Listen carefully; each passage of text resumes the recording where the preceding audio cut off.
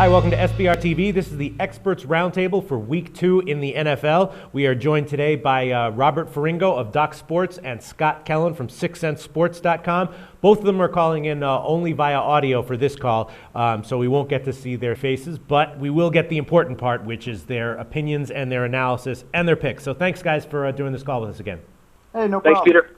All right, so let's see. The first game, before I get to the games that you guys want to talk about, I want to ask you about a game that's been much debated on the forum, and that's the Bears and the Saints. You know, Bears, of course, some people were calling for them to be an ATS loss last week. They got a good win and looked pretty good, particularly Jay Cutler. Saints, of course, ran into probably the best team in the NFL right now, which is the Packers. Now the Saints are 6.5-point favorites. They opened at about 6.5, went up to 7, back down to 6.5.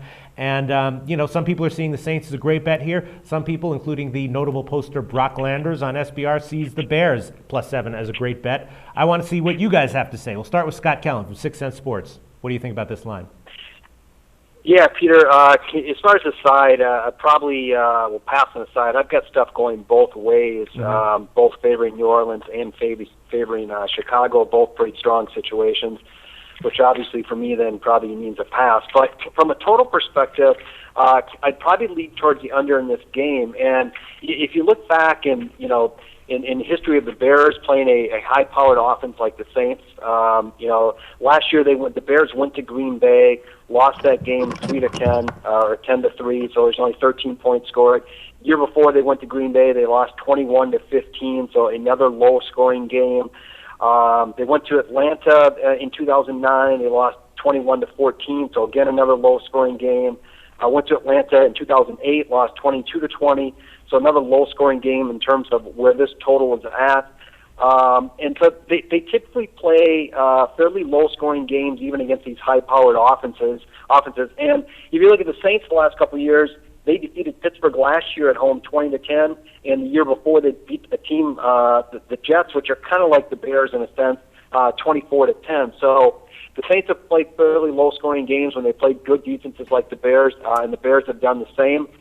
So I'd probably lean towards the under here. The one key, though, is it looks like Brian Urlacher's mother passed away today or yesterday, and he's gone. So I don't know how long he's out. If he doesn't play, then really all bets are off because he's a pretty vital part in the middle of that defense. But if he's there, I would probably lean towards the under in this game. Okay. I have two questions for you in terms of matchups, just to see what your take is. If you have no take, then that's fine. The Saints are going to lose Marcus Colston, wide receiver. How important is that? I don't think it's real important now. I haven't seen if Lance Moore's playing this week. He was out last week. But they've got so many receivers. It's almost a system there in New Orleans with Sean Payton's offense. So losing one guy, probably not the end of the world, just like it didn't hurt them without Lance Moore last week. But you start to take away Colston, if Lance Moore's not playing this week, and I've not seen a status on him yet, now you start to lose a few players, and that could impact him a little bit more. But one guy I don't think is going to make a big difference. They've got plenty of ammunition on the offensive side. All right, and then the second question, probably the more important question, is what do you expect from Jay Cutler here?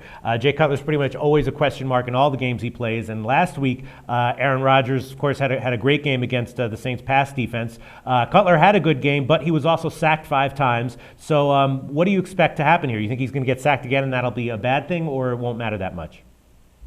That's a great question because the one game I mentioned at Atlanta back in 2009, they lost 21-14, and they were getting 4 points in that game. And unfortunately, I had the Bears, and Cutler made a couple key mistakes in that game that really probably cost them the game.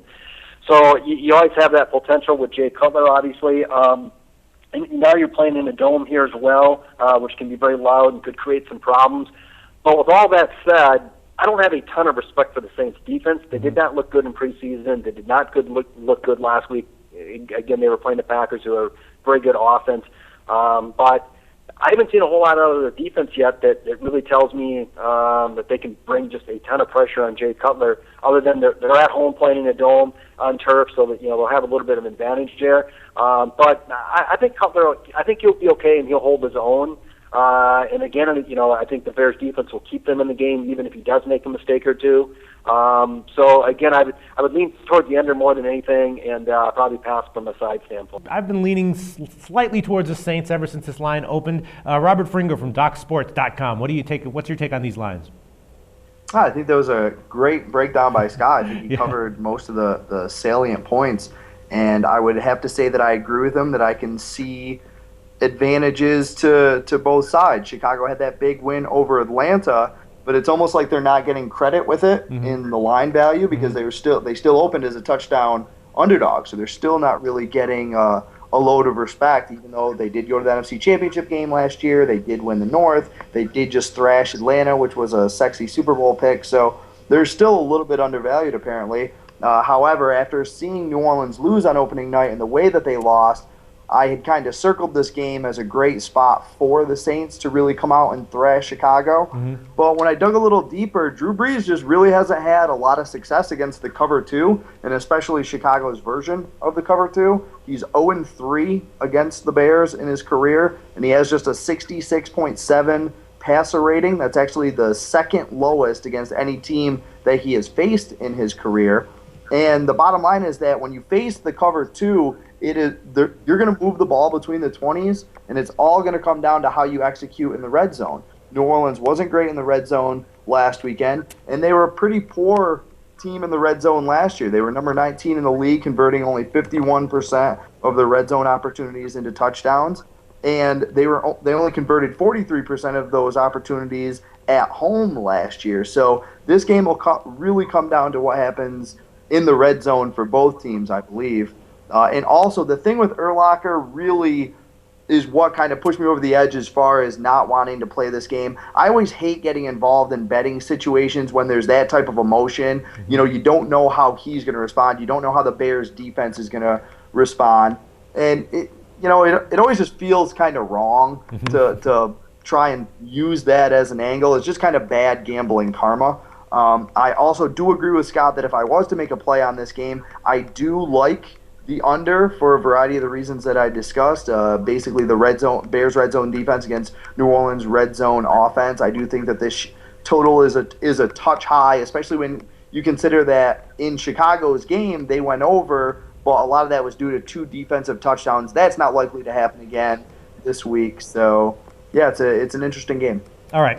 Thanks, guys. I think you've convinced me to get out of my position on the Saints, and I will definitely do so right after this call.